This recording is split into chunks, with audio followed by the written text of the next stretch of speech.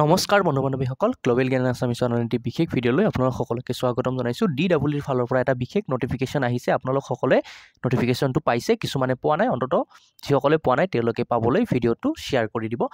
নটিফিকেশ্যনটো কি একদম থুলমূলকৈ কৈ আছোঁ।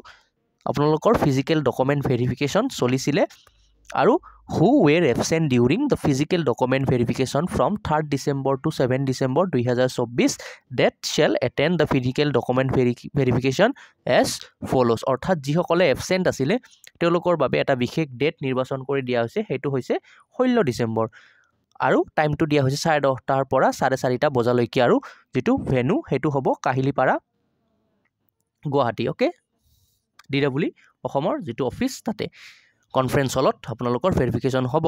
আৰু কি কৰিব লাগিব ভেৰিফিকেশ্যন প্ৰক্ৰিয়াত আপোনালোকে নিজৰ এডুকেশ্যনেল প্ৰফেশ্যনেল কোৱালিফিকেশ্যন ডকুমেণ্টখিনি লগত লৈ আনিব লাগিব, বাকীখিনি ছেম।